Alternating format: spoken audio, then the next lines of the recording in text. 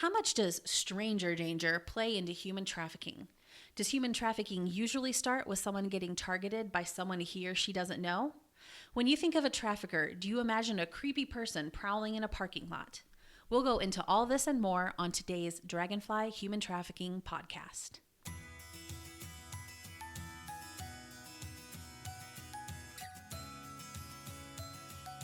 Hey everyone, welcome to today's episode of the Dragonfly Human Trafficking Podcast.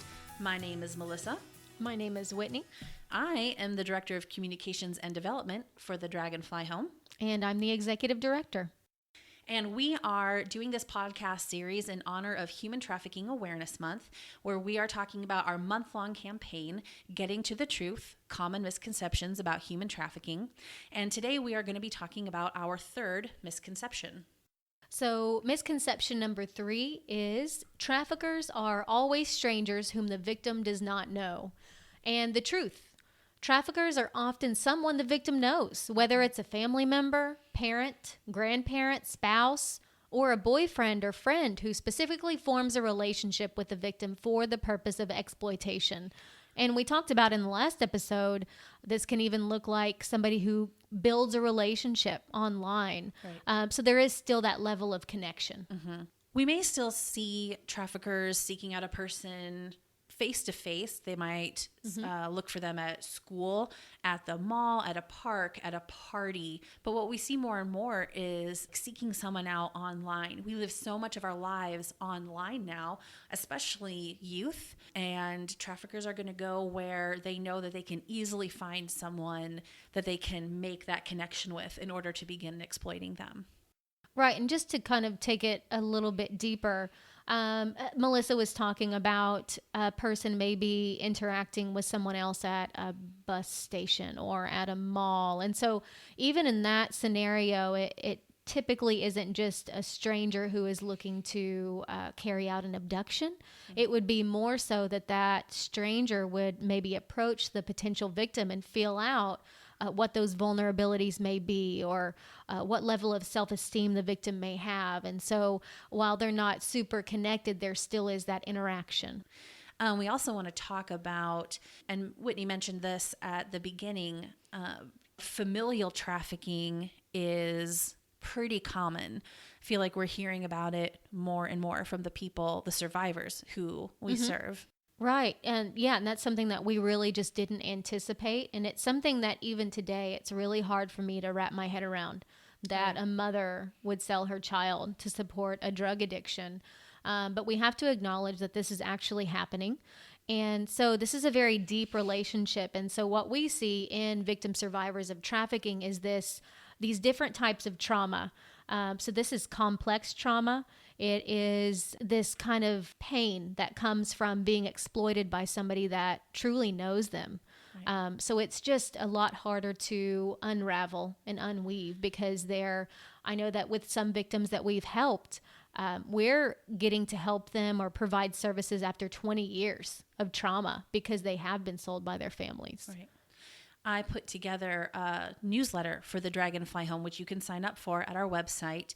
And as I'm researching articles from all over the country, I would say it's the easiest thing to come across is a story about someone who has trafficked, usually a young woman who he's built a relationship with, or of a parent selling a child for drug abuse. And these are just stories of people who actually got caught and were convicted. And it's going on much more than we even know. Mm-hmm. So when we talk about stranger danger, which is something that, I don't know, in Oklahoma was really popular, this whole stranger danger idea. Oh, yeah. That was when we were educating children on not talking to strangers so that they could prevent being kidnapped or sexually assaulted, abduction prevention, really. Mm-hmm. And so we were doing this for years, and then we discovered the actual data, which shows that so many children were sexually assaulted or molested or whatever by somebody that knew them. And so that's really what we see in trafficking as well. Trafficking is way more complex usually. Right. And so this involves this coercion, this word that we've kind of been throwing around throughout the podcast, that traffickers will again seek to fill these voids, or they will maybe create a climate of fear making the victim feel like they have to do something, or maybe one of their family members would be harmed, or maybe they would be harmed. Or maybe they would be blackmailed. So there just usually is a little bit more to it than it being a stranger danger situation. And we know that it isn't just parents and family members who are trafficking children. We know that traffickers are savvy, and they are definitely seeking out people to recruit, to bring into their sex trafficking operation. And really what we're seeing more and more is this recruitment happening via social media, Facebook, Instagram, Snapchat. These are all ways that trafficker, it's an avenue, it's an entryway into someone's life, especially if someone posts a lot, if their social media settings are public, if they're posting things that could be red flags for vulnerability. And that could be everything from posting like the location of their school, checking in everywhere they go so that somebody knows physically exactly where they are. It could also be something as simple as posting about being unhappy, being dissatisfied with life, fighting with friends, a recent breakup. It could be posting photographs that indicate that they are seeking attention and affirmation. All of these are things that a trafficker is going to look for. They're going to look at those red flags and figure a way that they can reach into that person's life and offer something. It's false, but it would seem very real. Offering love, offering just emotional support, offering sympathy, a way out, the life of their dreams. So a lot of trafficking victims really don't think of their trafficker as a trafficker or even as a pimp. They might think of him, if it's a girl with a man who's trafficking her, she thinks of him as her boyfriend or her husband, life partner, somebody who she trusts, somebody who really cares about her deep down, no matter what he does. And so the trafficker seeks to build that relationship. And it can be as simple as offering compliments. Right. I agree. And I think the most common thing we see is this idea of a trafficker boyfriending a victim. And so just giving these compliments and promising the world and promising this relationship. And like we've talked about before, when someone is coming from a hard place and they need this love, they need these gaps to be filled, they need this attention and validation, this just kind of opens up a way for this trafficker. And we call this situation more of like the Romeo pimp or the boyfriending thing. It's super effective, and it's really just one of the more common things we see. Now, we also see more forceful situations. So we would kind of label this the guerrilla pimp style. And we have seen this more and more in Oklahoma, and I'm sure really we see this across the nation, where gang members are physically forcing, gang raping, and are using these kind of more forceful methods to put somebody into a trafficking situation, to a commercial sexual trafficking situation. So there are very different methods. Either way, they are both effective and have very unfortunate consequences on survivors. In the case of a Romeo pimp, it starts out offering love and affection, maybe lavishing gifts, taking someone on shopping trips, and really gaining that person's affection, their loyalty, and their trust. But then for every trafficker, there comes a point where that sort of honeymoon period needs to end so that they can start seasoning that person in order to get them into sex trafficking. Right. And we typically see, similar to domestic violence, where there's this cycle of violence, there's this cycle of exploitation in trafficking. And so we have the honeymoon phase, and there are trips to wherever to buy fancy shoes and purses. And really the trafficker is strategically isolating that victim from his or her support system or family or friends. And then things change. So we typically see that pimp or that trafficker, that perpetrator, would physically beat the person, or they would threaten them. So this cycle of exploitation and violence manifests into things like branding and torture, psychological coercion, creating this climate of fear again. And I don't know how many times I've heard victim survivors say that, well, he threatened to kill my children or my family, stalking, blackmailing, all of these horrific threats that so many of us haven't experienced. But again, they're so effective.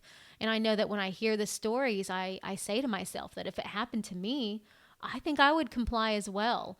Right. And so what we really talk about is that this victim survivor is not making these decisions to benefit him or herself. They're making these decisions because they have to survive. Mm-hmm. We've been talking about a girl who we're calling Ashley throughout this podcast series. We're telling this story based on a true story of someone that our staff has worked with. This is a girl who is from Oklahoma City. We're calling her Ashley to protect her identity. And she was recruited by her trafficker, who we're calling Chris, who was kind of a peer of hers. He recruited her through social media, through Instagram. And yeah, so he didn't seem like a stranger to her. He was a friend of a friend on social media. He's from her city, from her town. They had things in common. And even though she didn't really know him at first, what he did was exactly what we've been talking about. He laid the foundation for a relationship. He specifically reached out to her, started strategically commenting on her photos with compliments and building a relationship a little bit at a time. So by the time he began trafficking her, he was her boyfriend. He was not a stranger. He wasn't someone who kidnapped her off the street. This was somebody who she trusted and who she really believed loved her, was going to marry her. And complying with him, doing what he asked, was a way of honoring him as someone who she loved and who she thought loved her. So Ashley's story, it really brings all of this to a point. Stranger danger would not have helped her at all. This is the kind of awareness that we really need to spread this month. That's why we're doing this. It's being careful about social media. It's understanding what a true compliment is versus somebody who's trying to win you over. It's much more subtle. It's much more nuanced than we might think initially. So before we wrap this up, we want to remind you all that it's Human Trafficking Awareness Month. And please stop by our website, www.thedragonflyhome.org, to check out all of the events in Oklahoma and your area. Next time, we are going to be talking about the difference between sex trafficking and prostitution, which is a really common question. So we hope that you will tune in for Misconception number 4. Thank you so much. At the Dragonfly Home Human Trafficking Relief and Restoration Center, victim survivors of human trafficking from Oklahoma and beyond can find help to get a fresh start in life. Our mission is to provide non-residential services, intensive case management, and crisis intervention in a comfortable, home-like setting where victim survivors can access comprehensive services tailored to each individual. We also offer assistance and resources through our 24-hour confidential human trafficking helpline. The Dragonfly Home is a 501c3 nonprofit organization and is state certified by the Oklahoma Office of the Attorney General. For more information, visit www.thedragonflyhome.org and follow us on Facebook, Twitter, and Instagram.